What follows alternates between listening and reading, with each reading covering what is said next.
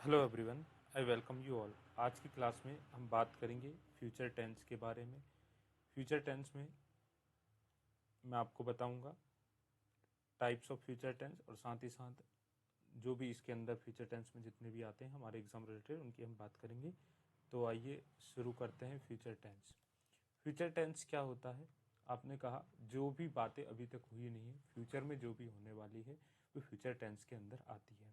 For example, मैं कल जाऊंगा, मतलब आगे का जब भी समय लगा होगा किसी भी चीज़ में, आगे का जो भी टाइम लगा होगा वो भी कौन सा टेंस होता है? वो होता है फ्यूचर टेंस। जो भी घटनाएं फ्यूचर में, अब फ्यूचर को भी हम सब कैटेगराइज करते हैं। पहला कौन सा हमारे सामने, हम सभी जिस प्रकार सभी टेंसेस को करते हैं, पहला होगा हमारे सामने इनडेफिनिट, है ना। दूसरा हमारे सामने होगा फ्यूचर में कंटिन्यूअस टेंस, जो फ्यूचर में काम आगे चलेंगे उनको फ्यूचर कंटिन्यूअस में डालेंगे।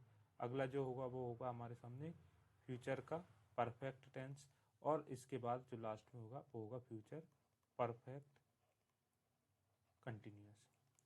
तो आइए पहले इन्हें देख लेते हैं। पहले तो आप ऑलरेडी इनको जानते ही हैं। इंडेफिनिट क्या होगा? जिसमें कोई खास जानकारी ना हो, बस फ्यूचर के एक्शन के बारे में बताया गया हो, फ्यूचर इंडेफिनिट। फ्यूचर कंटिन्यूअस का मतलब है कि आप फ्यूचर में कोई भी टाइम ले लीजिए। मान लीजिए मैं टाइम ले लेता हूँ कल 11 बजे। कल के 11 बजे का मैंने समय लिया, फ्यूचर का समय है क्योंकि अभी तक तो 11 बजा नहीं है। तो मैंने बोला कल 11 बजे मैं इंग्लिश पढ़ा रहा हूँगा, मतलब कल जो भी टाइम मैंने दिया है उस गिवन टाइम पर मैं कोई भी वर्क कर रहा हूँगा। प्रोग्रेशन में जब वो काम रहेगा फ्यूचर के टाइम पर, तब उसको आप कौन सा टेंस बोलेंगे? फ्यूचर कंटिन्यूअस टेंस बोलेंगे। आगे आते हैं, हम बात कर रहे हैं फ्यूचर परफेक्ट की। तो फ्यूचर परफेक्ट कौन सा होता है? आप कहेंगे सर फ्यूचर में, पर देखिए परफेक्ट चाहे कोई सा भी टेंस हो, प्रेजेंट हो, पास्ट हो या फ्यूचर हो, काम के कंप्लीटेशन को दिखाता है परफेक्ट। तो फ्यूचर में जब गिवन टाइम पर कोई भी काम कंप्लीट हो जाएगा तब फ्यूचर परफेक्ट बोलते हैं। फॉर एग्जाम्पल, जैसे मैंने टाइम लिया था 11 बजे का, अब मैं क्या बोल रहा हूँ? कल 11 बजे मैं क्लास खत्म कर चुका होऊंगा। मतलब कि कल के गिवन टाइम पर आप जब कोई भी काम कंप्लीट कर देंगे तब आप उस समय पर फ्यूचर के परफेक्ट टेंस का यूज करेंगे। परफेक्ट मतलब कि काम के कंप्लीटेशन को दिखाता है हमेशा ही, कंटिन्यूअस काम के चलने को दिखाता है। अब देखिए परफेक्ट कंटिन्यूअस, फ्यूचर में परफेक्ट कंटिन्यूअस वो है कि जब कोई इंसान, फॉर एग्जांपल मैं जैसे कि भोपाल में रहता हूँ, तो मैंने कहा कि कल मुझे भोपाल में रहते रहते 1 साल हो जाएगा। तो क्या कर रहे हैं आप? अभी आज नहीं होगा, कब हो जाएगा? कल हो जाएगा। तो फ्यूचर में कोई टाइम लिया और उस टाइम पर आप वो काम कब से करते हुए आ रहे हैं, ये कंप्लीट पीरियड को अगर दिखाता है तो फ्यूचर के परफेक्ट में रहेगा। फ्यूचर के परफेक्ट में रहेगा। तो क्या बताया मैंने? मैंने आपसे कहा कि जैसे मैंने कहा कि कल 11 बजे, मान लीजिए कल मैं 10 बजे क्लास स्टार्ट करता हूँ, तो 11 बजे क्या होगा? तो मैं कहूँगा कल 11 बजे मैं 1 घंटे से इंग्लिश पढ़ा रहा हूँगा, मतलब मैंने 10 बजे शुरू किया होगा तो 11 बजे मैं क्या इतने समय से ये काम कर रहा होऊंगा। तो कहने का मतलब क्या है कि फ्यूचर कंटिन्यूअस और फ्यूचर परफेक्ट कंटिन्यूअस में क्या फर्क है? फ्यूचर कंटिन्यूअस काम के प्रोग्रेशन को दिखाता है कि कल 11 बजे मैं पढ़ा रहा हूँगा, और जबकि फ्यूचर परफेक्ट कंटिन्यूअस में क्या होगा कि कल 11 बजे मैं 1 घंटे से पढ़ा रहा होऊंगा। इतनी बात आपको समझ में आ गई होगी। तो ये था छोटा सा इनके बारे में इंट्रोडक्शन। अब आइए बात करते हैं फ्यूचर के इंडेफिनिट टेंस के बारे में। फ्यूचर इंडेफिनिट क्या होता है? तो आप कहेंगे फ्यूचर इंडेफिनिट, हम पहले लिख लेते हैं आपके सामने फ्यूचर इंडेफिनिट। जो काम फ्यूचर में होते हैं वो फ्यूचर इंडेफिनिट में आएंगे। नॉर्मल वर्क जो है, फॉर एग्जांपल सबसे पहले आप इसका स्ट्रक्चर लिखेंगे। सबसे पहले सेंटेंस में होता है सब्जेक्ट। आप एक बात याद रखेंगे कि फ्यूचर के सारे ही टेंसेस में विल और शैल का यूज करेंगे आप। क्या है सर विल और शैल? विल और शैल जो है वो आपके फ्यूचर की सिर्फ और सिर्फ पहचान है। जहां पर भी विल और शैल आपको दिख जाएगा आप समझ जाएंगे कि ये जो टेंस है वो फ्यूचर टेंस है। विल शैल एक प्रकार की मॉडल हेल्पिंग वर्ब भी है। इसका मतलब इनके बाद first form of main verb आएगा, हमेशा इनके साथ कौन सी फॉर्म लगेगी? First form. और वर्ब के बाद जो आता है उसको हम क्या बोलते हैं? ऑब्जेक्ट बोलते हैं। तो ये हमारे फ्यूचर का स्ट्रक्चर हो गया। अब हम देख लेते हैं, देखिए सब्जेक्ट में विल किसके साथ लगेगा? आई और वी को छोड़कर बाकी सबके साथ विल लगेगा, क्योंकि आई और वी के साथ क्या लगता है? सेल लगता है। आई और वी के साथ आप सेल लगाएंगे। बाकी जितने भी सब्जेक्ट बच जाते हैं, कौन कौन से बच जाते हैं? आप कहेंगे ही, सी, इट, दे, यू, या किसी का नाम होने पर भी आप क्या लगाएंगे? विल का यूज करेंगे। ये आपकी कुछ सब्जेक्ट के साथ हेल्पिंग वर्ब की बात हो गई। तो अब जैसे कि मैंने आपके सामने कहा वह कल दिल्ली जाएगा, तो क्या लिखूंगा मैं? ही के साथ लगेगा विल, जाने के लिए गो, तो he will go to Delhi. कब जाएगा? आपने कहा कल, कल मतलब कि टुमारो। ये आपका सेंटेंस फॉर्मेशन हो गया बड़ी आसानी से, he will go to Delhi tomorrow. इस प्रकार के इजी सेंटेंस। आपने कहा मैं खाना खाऊंगा, तो आई शैल टेक फूड। कोई प्रॉब्लम नहीं होगी, यहां तक हमें कोई भी दिक्कत नहीं है। इस प्रकार के आप कितने भी सेंटेंस बना सकते हैं। अगर हम नेगेटिव सेंटेंस की बात करें तो नेगेटिव में क्या होगा, यहाँ पर हम देख पा रहे हैं कि सब्जेक्ट में हेल्पिंग वर्ब के बाद अगर आप नॉट लगा देते हैं तो वो नेगेटिव सेंटेंस बन जाता है। क्या बन जाता है? वो नेगेटिव सेंटेंस बन जाएगा। हम लिख कर भी देख लेते हैं कुछ सेंटेंसेस। जैसे कि मैं इसी सेंटेंस को अगर नेगेटिव करता हूं कि he will go to Delhi, तो क्या हो जाएगा? He will not, he will not go to Delhi tomorrow. आगे हो जाएगा यहाँ से। इस प्रकार आप आई शैल टेक फूड, तो ये क्या हो जाएगा? आई शैल नॉट टेक फूड, मैं खाना नहीं खाऊंगा। एक बात आपको जो इंपॉर्टेंट याद रखनी है, जैसे कि मैंने आपके सामने एक सेंटेंस लिखा, जैसे कि सी विल मीट मी यस्टरडे। इस प्रकार के सेंटेंस भी एग्जाम में कई बार आ जाते हैं। तो आप देख पा रहे हैं इसमें क्या गलती है जी। आप देख पा रहे हैं कि यहाँ पर मैंने लिखा हुआ है यस्टरडे, मैं उससे कब मिलूंगा? देखिए सी मतलब वह, विल मिलेगी, विल मीट का मतलब क्या? वो मिलेगी किसे? मुझे। कब मिलेगी? आपने कहा यस्टरडे, यस्टरडे मतलब तो बीता हुआ कल होता है, और बीता हुआ कल मतलब सर ये समय तो निकल चुका है। बीता हुआ कल मतलब ये समय तो ऑलरेडी निकल चुका है। जबकि हेल्पिंग वर्ब यहाँ पर आप देख पा रहे हैं विल लगा हुआ है। विल किसको दिखाता है? फ्यूचर को दिखाता है। और टाइम किसका लिखा हुआ है? पास्ट का लिखा हुआ है। तो इस प्रकार के सेंटेंस जहां पर विल या सेल लगा हो और फ्यूचर का टाइम दिया हो, ये बिल्कुल गलत माने जाते हैं। ये फ्यूचर टेंस नहीं है, क्योंकि टाइम पास्ट का है और हेल्पिंग वर्ब फ्यूचर की है। तो हम क्या करेंगे? टाइम तो सही है, टाइम को हमें हटाना नहीं है। यस्टरडे, तो यहाँ पर आपको विल को हटाना पड़ेगा और यहाँ पर इसको पास्ट टेंस बनाना पड़ेगा। तो सी मेट मी यस्टरडे, वह मुझसे कल मिली। तो याद रखें विल और सेल के साथ कभी भी फ्यूचर का पास्ट का टाइम नहीं लगाना है। इतनी सी बात को आप समझ गए होंगे। आइए आगे बढ़ते हैं और अब कंटिन्यूअस टेंस की बात करते हैं। कोई यहाँ पर दिक्कत वाली बात नहीं है, बहुत आसान था। कंटिन्यूअस में हम देखते हैं वहां पर गलतियां होती हैं, तो उसको जरा हम देख लेते हैं। तो आइए आपके सामने अब हम बात करते हैं कंटिन्यूअस टेंस की। फ्यूचर का हम कंटिन्यूअस टेंस ले रहे हैं। तो अगला जो टेंस है हमारे सामने वो है फ्यूचर कंटिन्यूअस। देखिए कंटिन्यूअस मतलब काम का प्रोग्रेशन, प्रोग्रेशन मतलब काम चल रहा है। तो सबसे पहले तो सेंटेंस में क्या आ जाएगा? सब्जेक्ट आ जाएगा। सब्जेक्ट के बाद आप फ्यूचर टेंस है तो आप यूज करेंगे या तो विल का या फिर शैल का।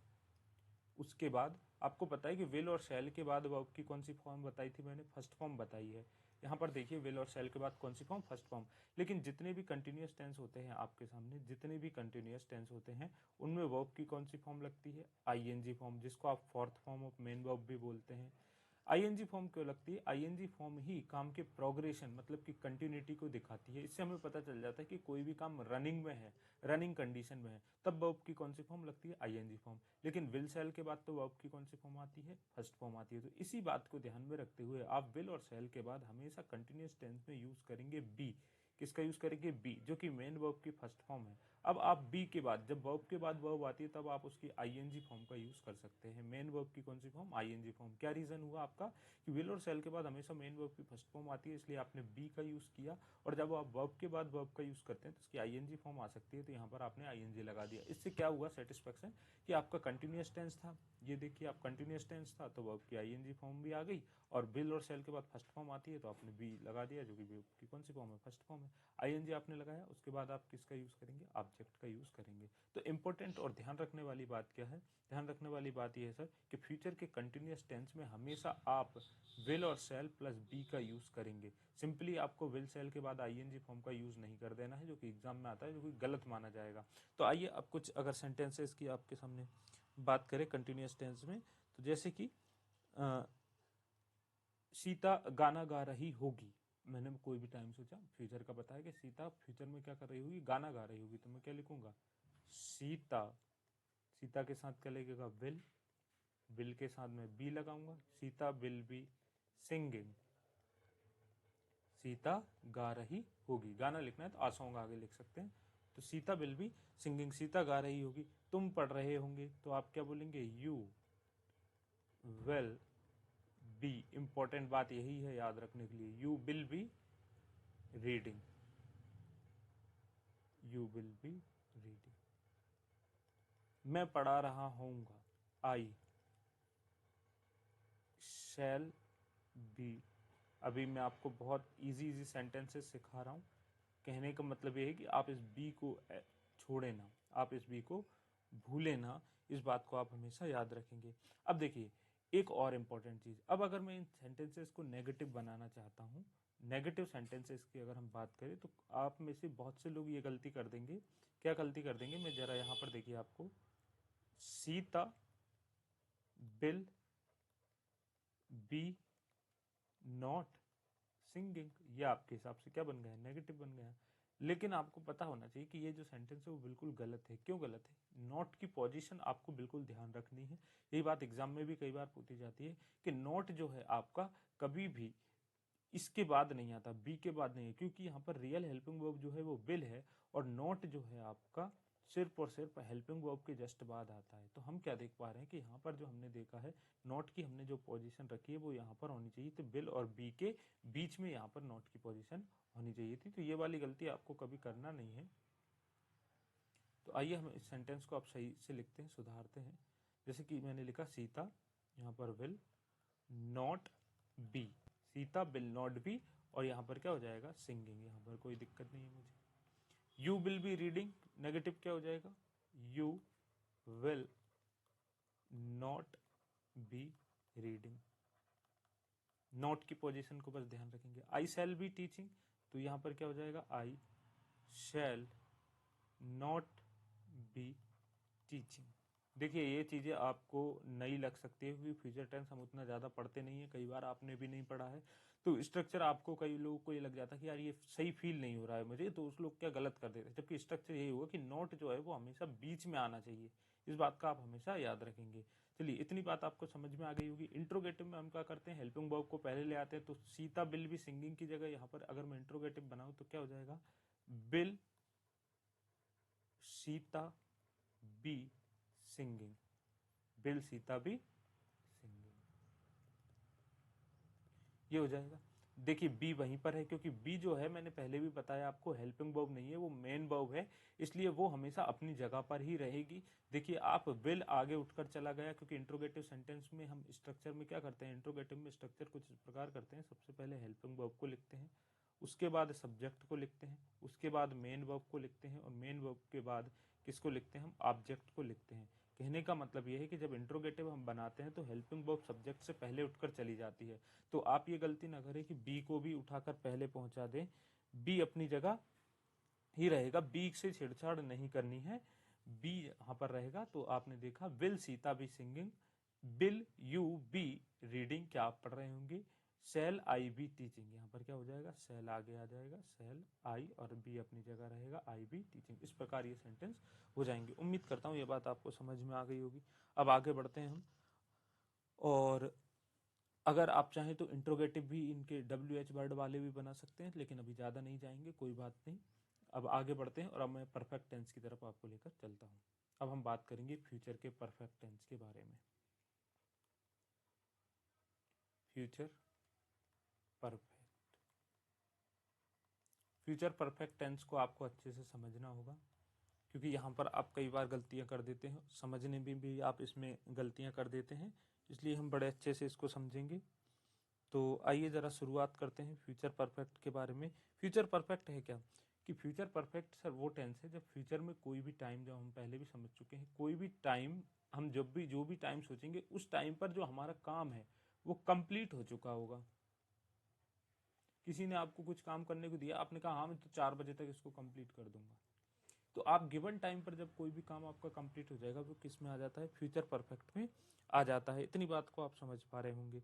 तो जैसे कि फॉर एग्जांपल इसमें क्या होता है, आप इसमें एक चीज और यूज करते हैं, जैसे हम स्ट्रक्चर इसके सामने लिख लेते हैं। सबसे पहले मैंने लिखा सब्जेक्ट, फ्यूचर है तो आपको पता है फ्यूचर की पहचान है विल और शैल, तो मैंने विल और शैल लिख दिया।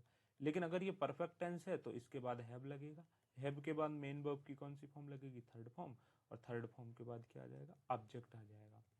लेकिन अब देखिए, जैसे मैंने कहा कि मैंने बोला मैं दिल्ली जाऊंगा, तो ये सिंपल फ्यूचर के इंडेफिनिट में आ रहा था, I will go to Delhi. अब मैंने कहा कि कल मैं 4 बजे तक ये काम कंप्लीट कर लूंगा, मतलब कई बार आपने टाइम दे दिया और उस टाइम पर आप काम को कंप्लीट कर देंगे। तो आपको अगर वो टाइम बोलना है तो यहाँ पर आप लिखते हैं बाय प्लस वो टाइम जिस टाइम पर आप कंप्लीट कर देंगे। फॉर एग्जाम्पल मैं दिल्ली जाऊंगा तो I will go to Delhi, I will go to Delhi, मैं दिल्ली जाऊंगा। लेकिन आपको बोलना है कि मैं 4 बजे तक दिल्ली पहुंच चुका हूंगा, तो क्या बोलूंगा मैं, आई एम सॉरी, विल के जगह शैल भी लगा सकते हैं आप, आई शैल हैव, पहुंचने के लिए रीच, रीच की थर्ड फॉर्म रीच्ड, तो I shall have reached Delhi by 4 o'clock। तो क्या मतलब हुआ इसका, ये मतलब हुआ कि यहाँ पर देखिए, यहाँ पर आपने फ्यूचर के परफेक्ट टेंस का यूज किया, जबकि यहाँ पर आपने फ्यूचर के इंडेफिनिट टेंस का यूज किया है। I will go to Delhi, मैं दिल्ली जाऊंगा, और यहाँ पर क्या है, मैं 4 बजे तक दिल्ली पहुंच चुका हूंगा। मतलब ये काम के कंप्लीटेशन को नहीं दिखा रहा है, ऊपर वाला किसको दिखा रहा है, ये दिखा रहा है कि मैं ये काम करूंगा, जबकि नीचे वाला किसको दिखा रहा है कि इस टाइम पर ये काम कंप्लीट हो जाएगा। तो ये इन दोनों के बीच में क्या है, डिफरेंस है। तो फ्यूचर के परफेक्ट में जब गिवन टाइम पर कोई भी एक्टिविटी कंप्लीट होती हुई आपको दिखती है, तो आप कौन से टेंस का यूज करते हैं, फ्यूचर के परफेक्ट टेंस का यूज करते हैं। उम्मीद करता हूँ ये बात समझ में आ गई होगी। अब देखिए हम समझते हैं एग्जाम्पल्स से सारी चीजों को हम समझते हैं। इसको मैं मिटा रहा हूँ आपके सामने से।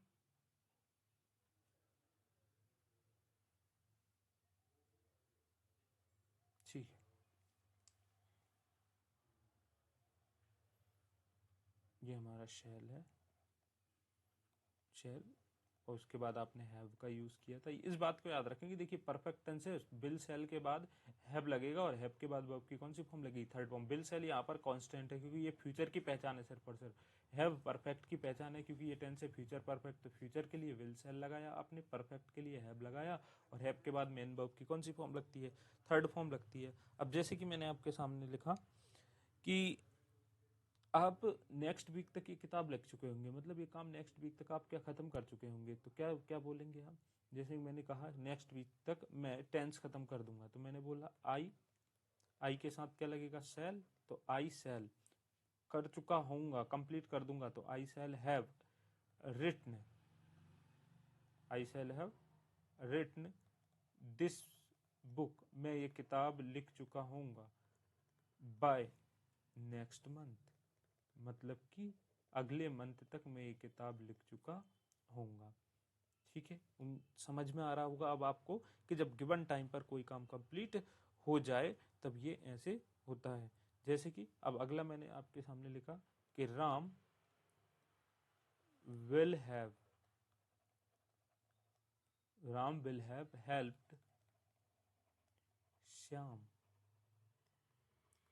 Bye next week, Ram Shyam की मदद कर चुका होगा, कब, तो आपने कहा अगले वीक तक।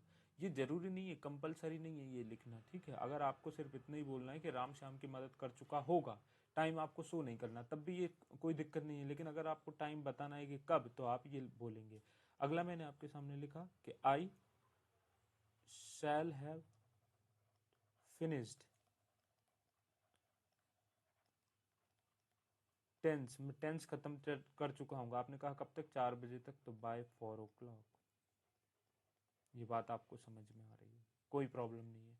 अगली चीज क्या है, अगली चीज है कि अगर आप इन्हीं को नेगेटिव बनाते हैं, इन सेंटेंसेस को क्या बनाते हैं, नेगेटिव बनाते हैं, तो नॉट का यूज करना है आपको। तो एक बात आप बस इतनी सी याद रखें कि नॉट का जो यूज करेंगे वो शैल हैव के बाद नहीं करेंगे। I shall not have, Ram will not have, I shall not have. क्या है, हमने पहले भी देखा है कि नॉट को जो है आपको किसी भी टेंस में आप क्या करना, विल और शैल, विल या फिर शैल के जस्ट बाद आपको नॉट को लगाना है। इतनी सी बात से आपके सारे क्वेश्चन सही हो जाएंगे। बीच में इन दोनों के बीच में कुछ भी नहीं आना चाहिए, ये हैव के बाद नहीं लगाना आपको, क्योंकि हैव हेल्पिंग वर्ब नहीं है। यहाँ पर हेल्पिंग वर्ब सिर्फ विल और शैल है। हेल्पिंग वर्ब का मतलब क्या होता है, helping verbs are those verbs which shows time of activity, और टाइम यहाँ पर कौन दिखा रहा है, विल या फिर शैल। टाइम से मतलब क्या है कि टाइम एक्टिविटी का पास्ट है, प्रेजेंट है या फ्यूचर है, क्योंकि हम टेंस में टाइम के बारे में ही पढ़ते हैं, तो उसी को हम हेल्पिंग वर्ब बोलते हैं। यहाँ पर विल और शैल हेल्पिंग वर्ब है। ये बात आपको समझ में आ रही होगी। तो नोट को कभी भी हैव के बाद नहीं पहुंचाना है, पहले ही रखना है। दूसरी बात, इंट्स को इंट्रोगेटिव करूंगा तो मान लीजिए कि I shall have written this book by next month, लेकिन पूछना है कि क्या मैं इस बुक को नेक्स्ट मंथ तक खत्म कर चुका होऊंगा, तो आप क्या करेंगे, शैल आई हैव, है ना, इंट्रोगेटिव बनाएंगे। मैं आपको एग्जाम्पल लेकर समझा देता हूँ। जैसे कि हमें पूछना है कि मैं वही सेंटेंस लिखता हूँ कि आई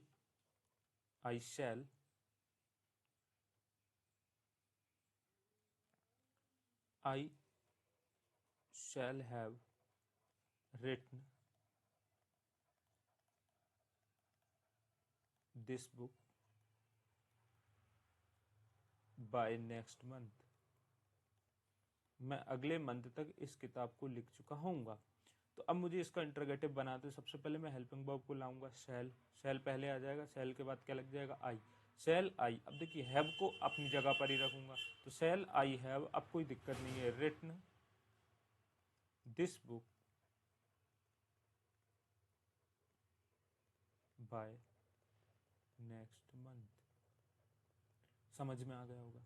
सबसे पहले क्या, आप हेल्पिंग वर्ब को सब्जेक्ट के पहले ले जाएंगे, इसके अलावा हमें कुछ भी करना नहीं है। अब आइए, अब हम बात करते हैं एक और टेंस, हमारा जो अगला टेंस है वो फ्यूचर परफेक्ट कंटिन्यूअस, उसके बारे में बात कर लेते हैं। अगला टेंस हमारे सामने है फ्यूचर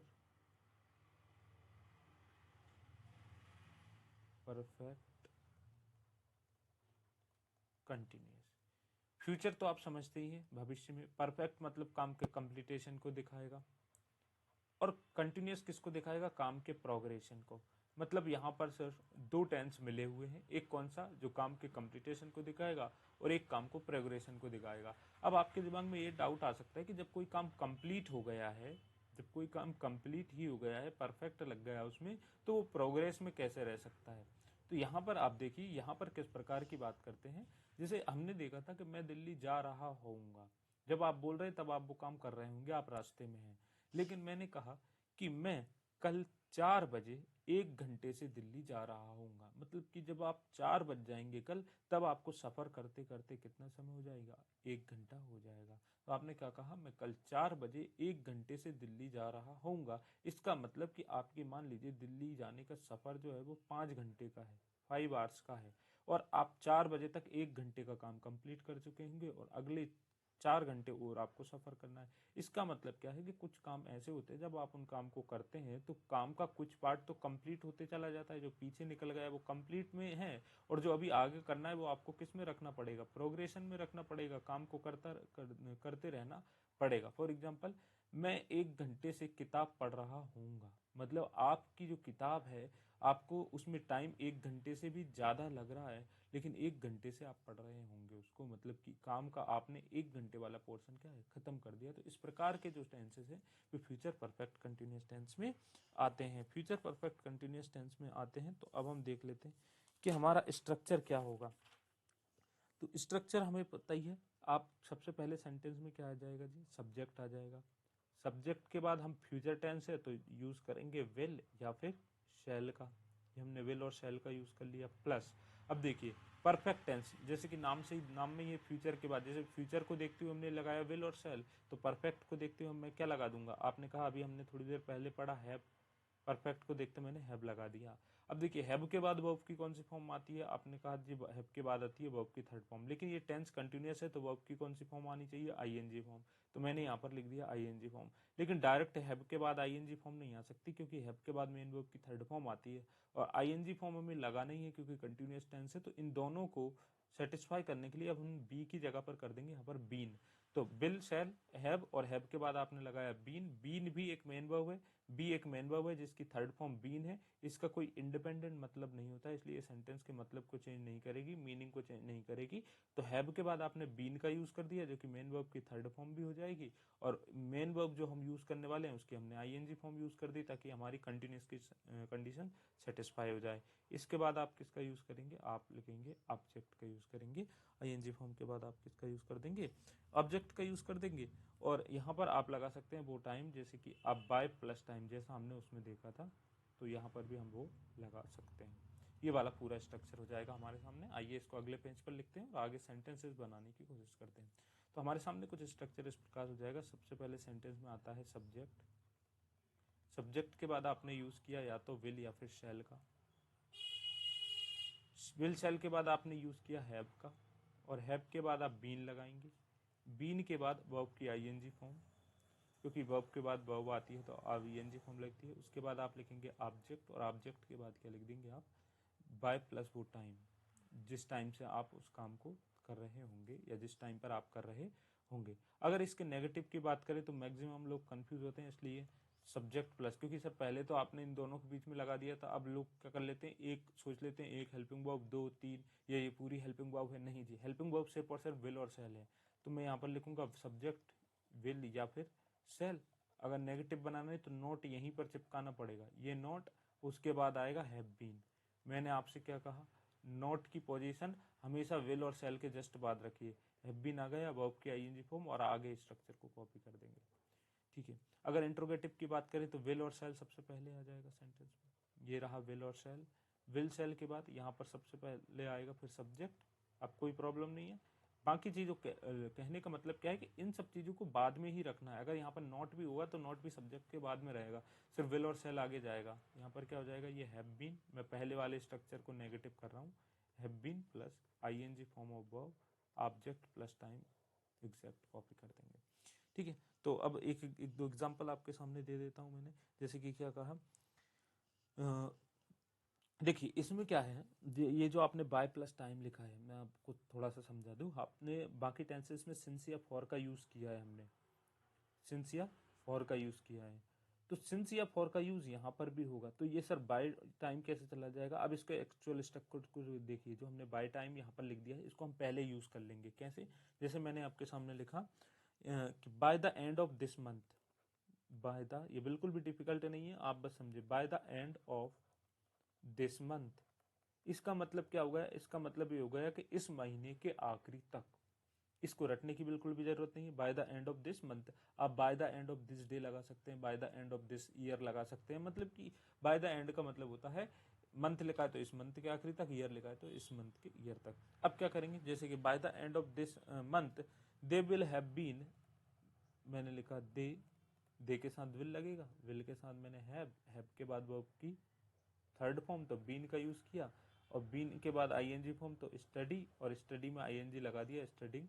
तो मैंने क्या लिखा, by the end of this month they will have been studying here for FOR for 2 years। अब समझिए इसको, इसका क्या मतलब है कि इस महीने की आखिरी तक, इस महीने के एंड तक दे विल हैव बीन, वे यहाँ पर 2 साल से स्टडी कर रहे होंगे। मतलब कि जैसे ये मंथ कंप्लीट होगा, इस मंथ के कंप्लीट होने पर उन्हें यहाँ स्टडी करते करते कितने साल हो जाएंगे, 2 साल हो जाएंगे। तो 2 साल हो जाएंगे, तो फ्यूचर टेंस क्यों लगाया, आपने कहा अभी ये मंथ का एंड आया नहीं है, तो जब भी इस मंथ का एंड होगा तब तक उन्हें यहाँ स्टडी करते करते कितने साल हो जाएंगे। तो ये देखिए, इसको तो अगर आप बाहर कर दें, इतनी सी चीज को अगर आप बाहर कर दें,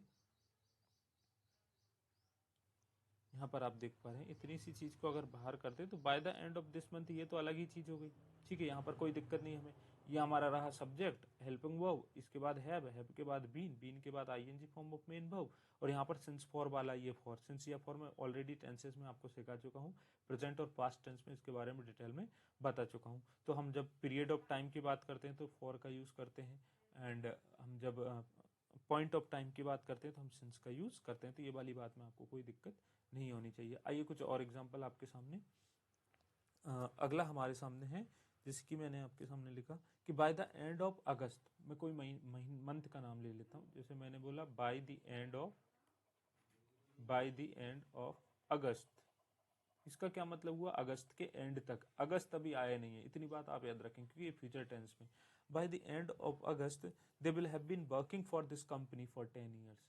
क्या लिखा आपने, दे will have been working for this company for 10 years। तो कहने का क्या मतलब है कि अगस्त तक उन्हें इस कंपनी में काम करते करते कितने साल हो जाएंगे, 10 साल हो चुके होंगे। By the end of August, अगस्त के ख़त्म होने तक यहाँ पर हमारा स्ट्रक्चर शुरू होता है। They will have been working for this company, इस कंपनी के लिए काम करते करते फॉर 10 ईयर्स, 10 साल हो जाएंगे। उम्मीद करता हूँ ये सारी बातचीत आपको समझ में आ गई होगी। क्या गलती नहीं करना है वो भी मैंने आपको बताया कि अगर आप इसको इंट्रोगेटिव बनाएंगे तो सिर्फ विल आगे उठकर जाएगा, इसको अगर आप नेगेटिव बनाएंगे तो यहाँ पर नॉट का यूज होगा दोनों के बीच में। तो ये था simplest version of future tense. इसमें हमने ज़्यादा कोई डिफिकल्ट बातें नहीं की है, लेकिन चीज़ें सिर्फ यहाँ पर ख़त्म नहीं हो जाती है। ये तो बेसिक नॉलेज था आपके सामने, जो टेंस का, जो कि फ्यूचर टेंस का बेसिक नॉलेज हमने आपके सामने रख दिया है। इसमें बहुत सारी कॉम्पिटिटिव एग्जाम से रिलेटेड चीज़ें भी हैं। तो मिलते हैं नेक्स्ट वीडियो लेक्चर में। अगर अच्छा रिस्पॉन्स रहा तो हम आगे भी इस चीज़ को लेकर आते रहेंगे। Allowed to know, allowed to discuss.